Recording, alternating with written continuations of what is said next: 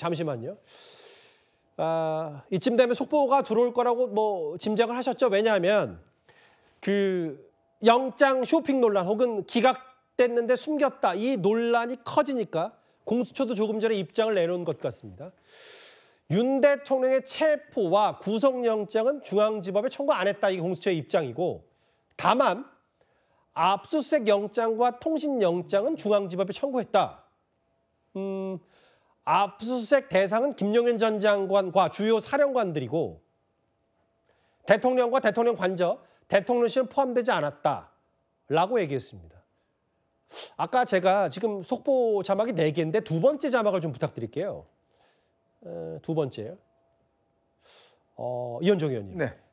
모르겠어요. 아까 저희가 짚어봤던 공수처의 그게 공식 해명인지 모르겠지만 공수처 아까 얘기는 통신영장만 청구했다고 제가 기억이 나는데 그렇죠. 여길 보니까 공수처가 입장을 추가로 낸 건 압수수색 영장과 통신영장은 중앙지법에 청구됐다. 저기 말에 빠져 있는 건 다만 기각이 됐다라는 말을 하고 있는 겁니까? 그렇죠. 그러니까 아까 김익현 변호사님 말씀하셨지만 진술이 왔다 갔다 하면 신빙성이 떨어집니다. 그러니까 공수처가 이 사안에 대한 수사가 얼마나 중요한 수사인지를 본인도 잘 알고 있을 겁니다. 그런데 지금 해명 자체가 지금 계속적으로 좀 다르게 나오고 있죠. 그러니까 압수수색 영장과 통신 영장은 중앙지법에 청구를 했고 뭐 기각 사실에 대해서는 이야기를 하진 않아요. 근데 이제 또 지금 체포 영장과 이제 구속 영장 이거는 이제 중앙지법에 한 적이 없다라고 이제 명시적으로 이야기를 하고 있는 거죠. 지금 이제 이렇게 논란이 되는 게 바로 이 체포영장과 구속영장인데, 자 그렇다면 문제는 있습니다. 바로 그럼 첫 번째 이야기했던 영장에 대해서 대통령을 피의자로 적시했다라고 이제 지금 변호인 측에서 이야기하고 있지 않습니까? 근데 본인들은 그거 아니라고 이야기를 하고 있잖아요. 그 부분에 대한 사실관계 확인이 필요할 것 같아요. 예. 과연 그러면 윤석열 대통령 뭐 이런 피의자 윤석열 이걸 과연 적시했는 것인지 그 통신영장과 그다음에 압수수색영장에 그 부분에 대한 근데 왜 변호인 측에서는 그게 있다라고 이야기를 하고 공처는 없다라고 이야기를 하는지 헷갈릴 수 있는 상황이기 때문에 그거에 대한 사실관계 확인은 반드시 필요할 것 같습니다. 그리고 저 부분도 있어요. 그러니까 잠시만요. 바로 방금 직전 속보 내용을 제가 한번 읽어보려고 해서 제작진께 부탁을 드리겠습니다. 감사합니다. 장현주 변호사님. 그러니까 지금 여권에서 얘기하는 게 서부지법은 영장 발부 가능성 문턱이 낮고 뭐 좌편향도 있고 공정하지 못해서 중앙지법이 아닌 서부지법으로 갔다 이건데 저 공수처장이 우리법 연구회 가입 사실 인권법 연구회지 우리법 연구회 가입 사실은 없다라고 했어요. 그런데 저는 잘 몰라서 인권법 연구회 우리법 연구회는 뭐가 다른 겁니까? 글쎄요, 뭐 그 차이가 지금 핵심적인 뭐 본질적인 쟁점은 아닌 것 같습니다. 그러니까 결국 공수처에서 공수처장이 뭐 우리법 연구에 가해 사실이 없다라고 밝히고 있는 것은 사실상 대통령 측에서 마치 지금 뭐 법원과 공수처장이 뭔가 뭐 개파를 이루어서 대통령에게 뭐 불리하고 그리고 불법적인 어떤 그런 사법권을 남용하고 있다라는 취지로 지금 몰아가고 있기 때문에 그게 아니다라는 것을 다시 해명할 수밖에 없는 상황이 된 것 같습니다. 그런데 공수처장 누가 임명했는지 다 기억해 보신다면 예. 현직 대통령이 윤석열 대통령이 임명하지 않으셨나요?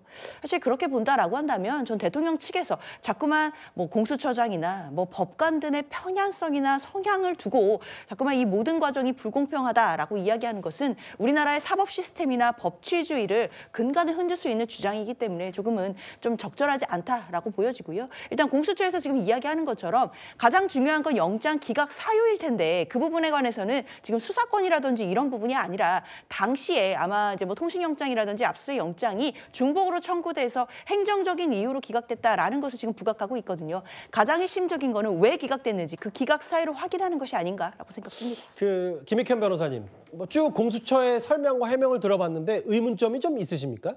전에 해명한 것과 지금 오늘의 해명은 다른 것 같고요. 예. 근데 사실 말씀대로 기각 사유가 무엇인지 그게 제일 중요하긴 합니다. 그래서 압수수색 영장과 그 통신 영장이 예, 그렇죠. 왜 중앙지법에서는 받아두지 않았는지에 대한 걸 예. 얘기를 보면 예. 정말 공수처의 수사 적법성을 볼 수 있다. 그렇죠. 아니 근데 거기다가 만약에 공수처에 내란죄 수사권이 없다 이렇게 했으면은 윤 대통령 말에 더 힘이 실리는 거고 다른 이유로 했으면은 조금 도움이 덜 될 수도 있는 면은 있겠죠. 주진 의원의 말처럼 만약에 내란죄가 공수처 수사권이 아닌데 기각사유였다면 그건 큰 문제인 거고요. 그렇다면 상당히 굉장히 큰 문제고요. 앞으로 있을 이제 결정할 구속 취소 그거 사건이라든가 아니면 본안에서 공소기각 가능성도 훨씬 높아질 수 있는 거죠. 공소기각이라는 말씀은 예. 구속 여부와 상관없이 지금 형사 재판을 진행하는 것 자체가 아예 되돌릴 수 있다. 그렇죠. 공소권이 없어서 그 공소 제기가 법률의 절차에 위배된다 이런 규정이 있거든요. 예. 그러니까 수사권 없는 기관이 수사를 한 걸 가지고 지금 심리를 하게 되면 나중에 공소 기각이 나올 가능성도 뭐 없지는 않습니다. 그건 이제 본안에서 그 지금 임시적으로 구속 여부를 결정하는 그런 게 아니라 본안에서 다 심리를 마치고 결정될 수 있는 겁니다.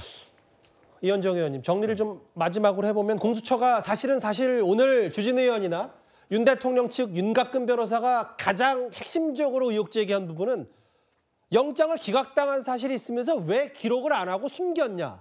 일부러 고의로 누락했냐 이 부분인데 공수처는 아까 제가 이 전문을 이거 속보 말고 전문도 읽어보니까 누락한 거 없고 다 기록에 있고 체포영장과 구속영장은 처음으로 서부지법에 처음으로 한 거라는데 그럼 어쨌든 주진우 의원도 제보 받아서 이 1년 번호가 없다는 걸 하기 때문에 이거 금방 진위 여부는 드러나겠네요. 그렇죠. 뭐 일단 아까 김 변호사 말씀하셨지만 그 기각 사유가 뭐가 있는지를 분명하게 하는 게 첫 번째일 것 같습니다. 자, 그리고 왜 이 부분에 대해서 그동안 공수처가 어떤 이 사실에 대해서 숨겨왔는지 이 부분도 이제 한번 검증해 봐야 될 문제인 것 같아요. 이제 그런 것들이 지금 이제 구속 취소 같은 경우는 지금 법원에서 10일간의 여유를 줬지 않습니까? 10일 동안 이 사안에 대해서 이제 설명을 할 경우에 이제 결정을 내리겠다고 이야기를 하고 있는 만큼 이제 그 부분에 아마 이제 결정에 이 사안 자체가 중요한 원인이 될 것 같고요. 그 좀 전에 이제 그 공처장이 이제 우리법연구회 가입은 없다고 그러는데 아까 우리 이 채널에 준비한 영상 이 그래프에 보면 국제인권법 연구회 있습니다. 예. 국제인권법 연구회는 뭐 아시겠지만 국제인권법 연구회 후신이 뭐 우리법 연구회라는 게 있고 예. 김명수 대법원장이 당시에 우리 국제인권법 연구회 회장을 했다가 우리법 연구회 회장도 하기도 했습니다. 한 몸이면서 두 개의 단체 뭐 그런 거기 때문에 우리법 연구회만 아니다라는 게 아니라 그럼 국제인권법 연구회는 가입하신 것인지 그 부분도 확인이 필요할 것 같습니다. 왜냐하면 그 특정 연구회 출신이 뭐가 잘못됐다 잘했다 이런 부분이 아니라 실제로 여권에서 제기하는 부분 맞아요. 저희는 정확히 나갔습니다. 우리법 연구회가 아니라 인권법 연구회다. 그런데 이제 뭐 과거 김명수 대법원장 시절부터 사법부의 편향성 얘기를 여권에서 많이 지적했고 공교롭게도 공수처장 그리고 최근에 임명된 헌법재판관과 권한대행까지도 공정하지 못하다는 얘기를 여권에서 많이 했기 때문에 아예 이 의혹에 대해서도 공수처가 조금 전에 공식 입장을 냈습니다. 우리법 연구회 출신 아니다. 알겠습니다. 공수처의 설명과 해명까지 들어봤고 아마 그러면 주진우 의원이나 윤 대통령 측 변호인들도 이거에 대한 또 다른 반박이나 뭐 의혹 제기 또 있을 수도 있죠. 정리는 이번 주제 여기서 마무리를 하겠습니다. 알겠습니다. 오늘 속보가 굉장히 이 영장 쇼핑 논란에 대한 여러 가지 얘기들이 있어서 속보까지 만나 아팠습니다.